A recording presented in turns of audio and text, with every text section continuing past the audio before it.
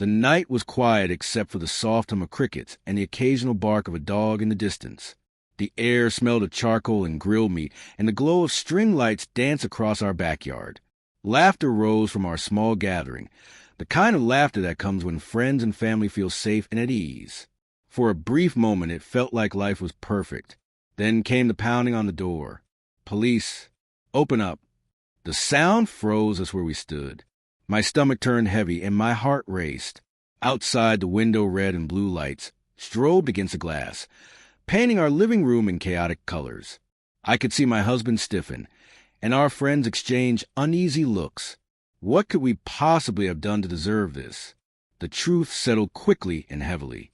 There was only one person who could be responsible. Kerren, the president of our homeowners association, the self-appointed sheriff of our street. She lived for moments like this. She lived to make others small. It had started earlier that evening. We had been arranging chairs in the yard while the grill sizzled with steaks and burgers. My husband set the cooler down beside the table. Our friends poured drinks. Music drifted from a speaker low and gentle, nothing that could disturb anyone. Then the side gate clanged open. Kerren marched in without hesitation. She wore her usual pastel sweater, and that permanent scowl carved into her face. She looked around as if cataloging sins. "Excuse me," she barked. "This gathering is not in compliance with HOA regulations." I turned to her confused. "Regulations? Kerren, this is just a barbecue. We are with family." Her lips curled into something between a smirk and a sneer. "The handbook clearly states outdoor events require prior approval." Her words were clipped and sharp. She was not enforcing order. She was performing dominance. My husband spoke calmly. "This is dinner, Kerren, not an event. We are not disturbing anyone." She tilted her head and gave a low chuckle. "You think you can ignore the rules. I can issue fines. I can report you. I can even have you removed from a neighborhood if I choose. One more word, and I am calling police." The moment lingered. Her threat hung heavy in the air. She turned and left as abruptly as she had entered. We exchanged uneasy glances, but shook it off.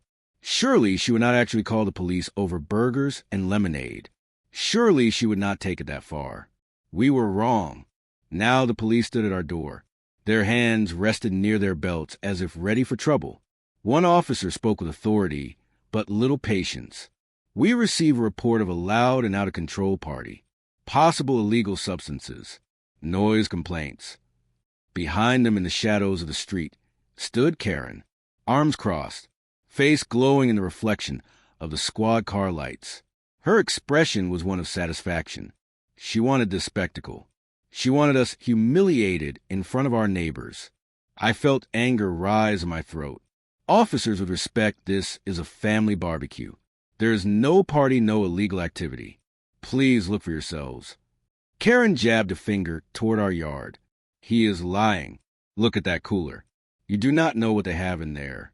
The officer looked from her to us. His jaw tightened. He gestured for permission to check the yard. We gave it. The officers walked slowly past the grill, past the plates of food, past the small speaker, playing soft music. They looked inside the cooler. Nothing but ice and soda and a six-pack of beer. They saw nothing close to illegal. I felt my husband step forward. His voice carried steadiness. "Officer, perhaps it is worth noting something. Everyone here tonight is an attorney, licensed, practicing. If there is a law we are breaking, we would very much like to know what it is." The effect was immediate. The officers exchanged looks. Their postures softened.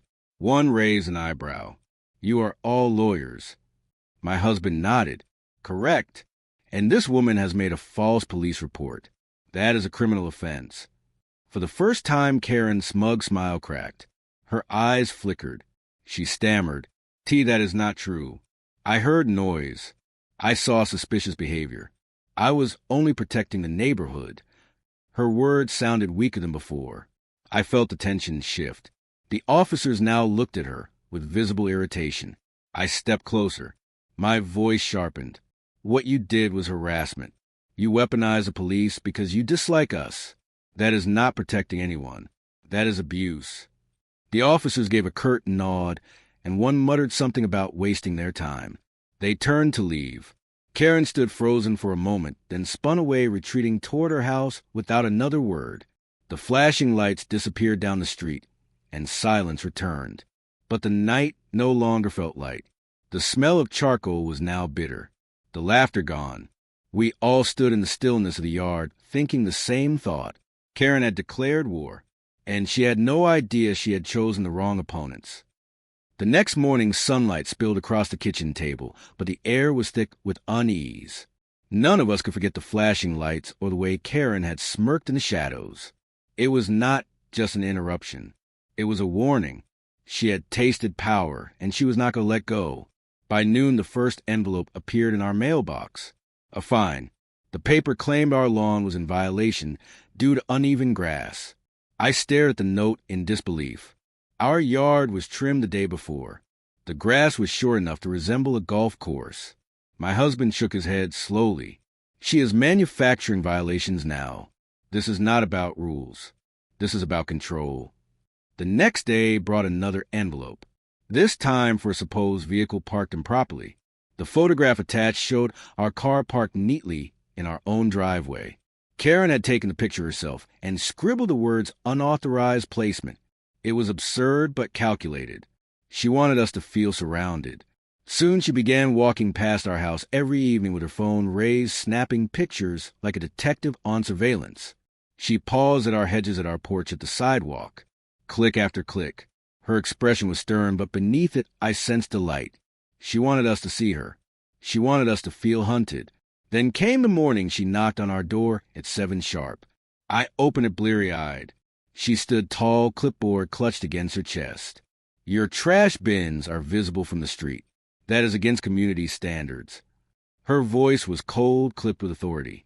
I pointed out that it was pickup day and every single house on the street had bins at the curb. She did not care. She only smiled thinly and said, "Consider this your formal warning." The escalation was relentless.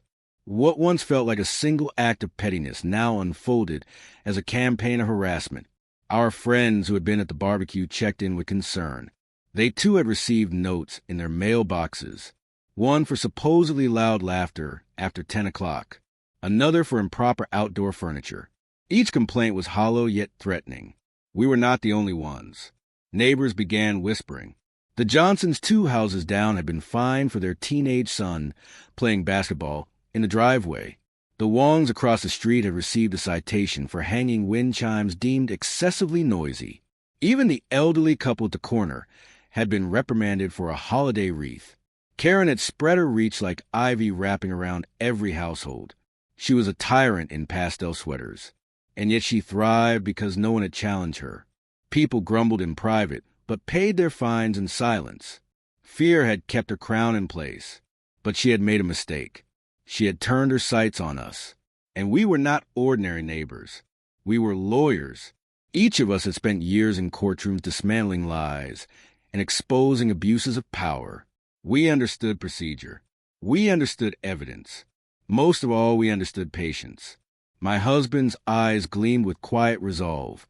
She thinks she can bully us into submission. She thinks fear will keep us quiet. But the law is not her weapon.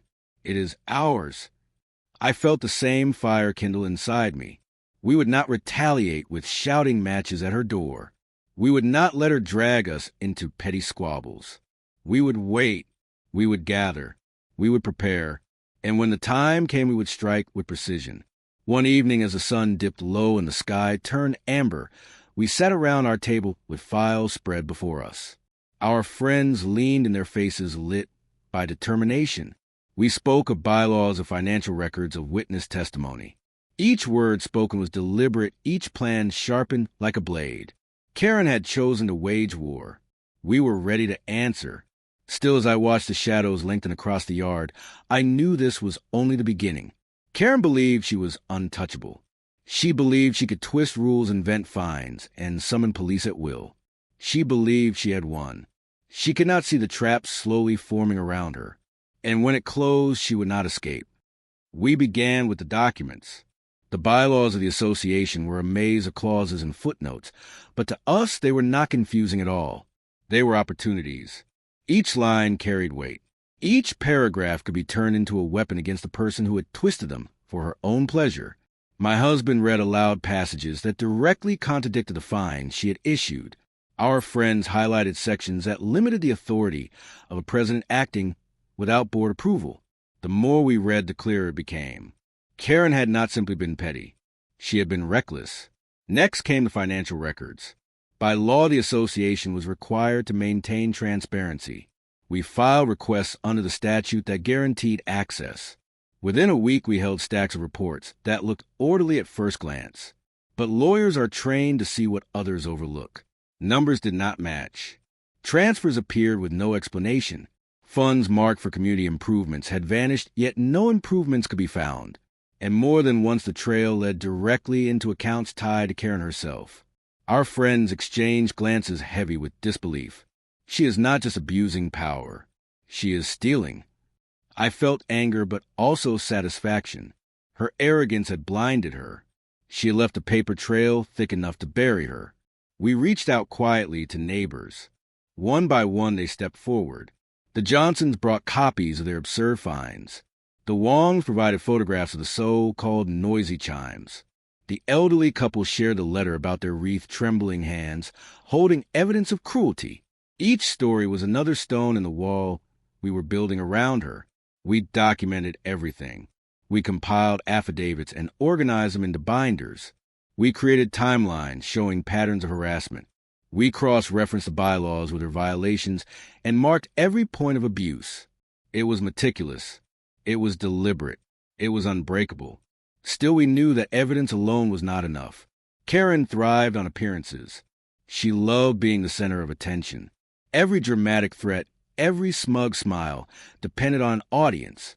So we decided to give her one. The next community meeting loomed on the calendar.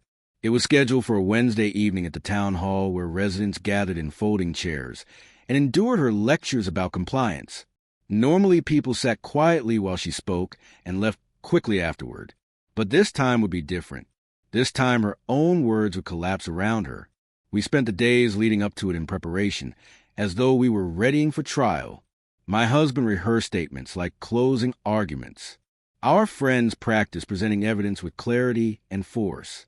I organized visual aids that would display bank transfers and citations. We were not walking into a meeting. We were walking into a courtroom. When the night arrived, the room was packed. I noticed a hush of expectation as neighbors settled in their seats. Some looked weary. Some looked angry.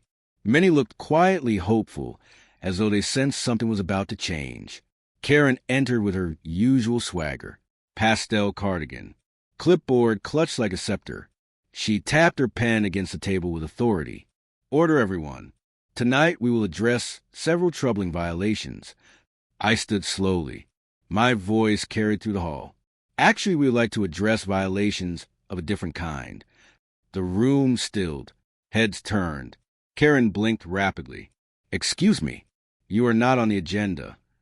I stepped forward, placing a heavy binder on the table before her.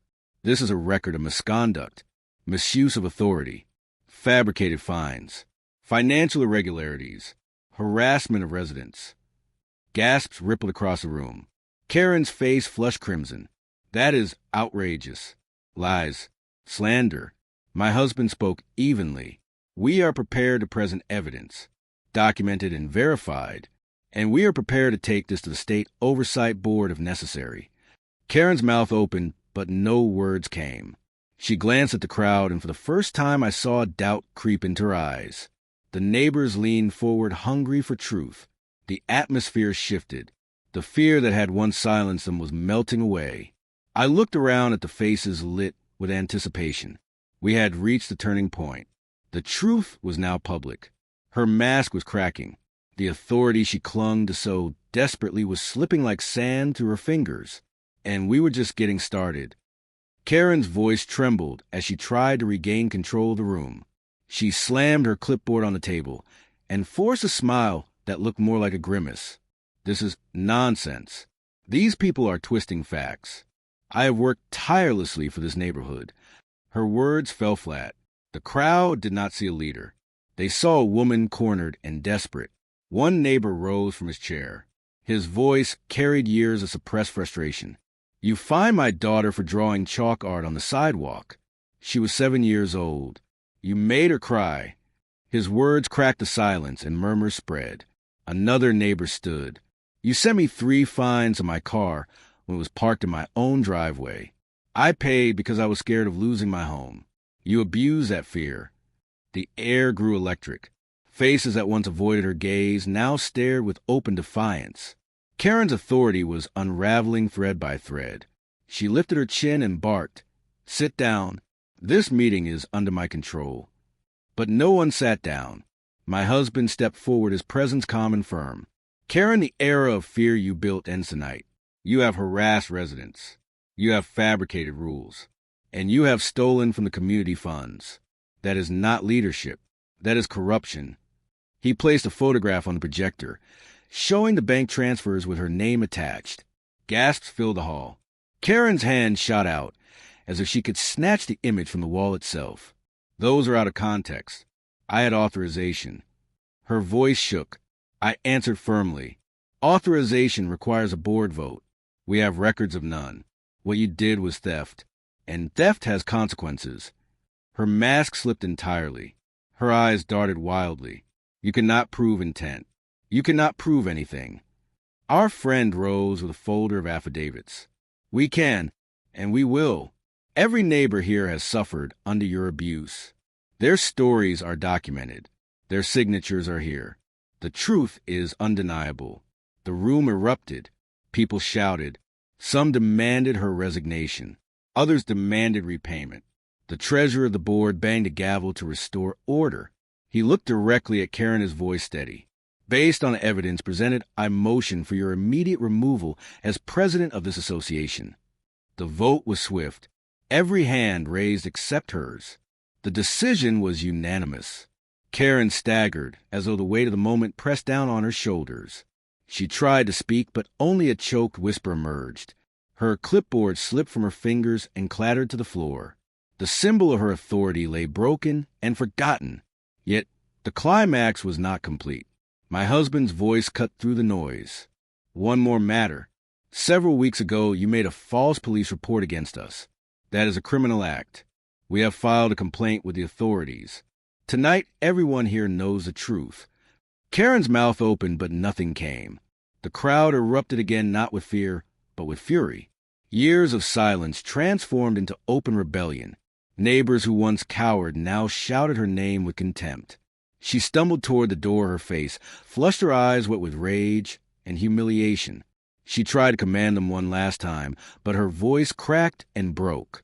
The once feared president of the HOA fled the room like a defeated tyrant. Silence followed her exit. Then cheers. Applause thundered through the hall. People embraced one another. Relief and joy mingled with disbelief. They were free. I looked at my husband and our friends. We had not just defended ourselves. We had liberated an entire community from her grip. The days that followed sealed her downfall. Formal charges were filed. The financial discrepancies were investigated. Neighbors united in small claim suits.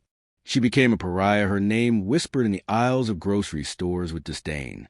The pastel cardigan that once symbolized power now drew ridicule. Life in the neighborhood transformed. Barbecues returned. Children played in driveways without fear. Lawns bloomed with decorations that had once been forbidden. The oppressive silence that Kerren had ruled was replaced by laughter. One evening I walked past a house where a giant inflatable flamingo swayed in the breeze. It stood proudly and defiantly, a beacon of freedom. I smiled, knowing the neighborhood was finally alive. And then came the final stroke of poetic justice. On Kerren's door, someone had taped a large sheet of paper. In bold letters it read, "You're fined for being a Kerren." The laughter that echoed down the street was unstoppable. I realized then that her greatest weakness had not been her greed or her cruelty. It had been her pride. She believed she was untouchable. She believed no one would challenge her. That arrogance had led her straight into her own ruin. For us, the victory was not just personal. It was communal. It was justice served in its purest form. As I sat on our porch watching neighbors wave and smile freely, I felt the weight of the past weeks finally lift. Kerren had tried to weaponize the law against us. She had no idea she had chosen a house full of lawyers. And in the end, justice had not only prevailed, it had done so publicly, spectacularly, and with finality she could never undo.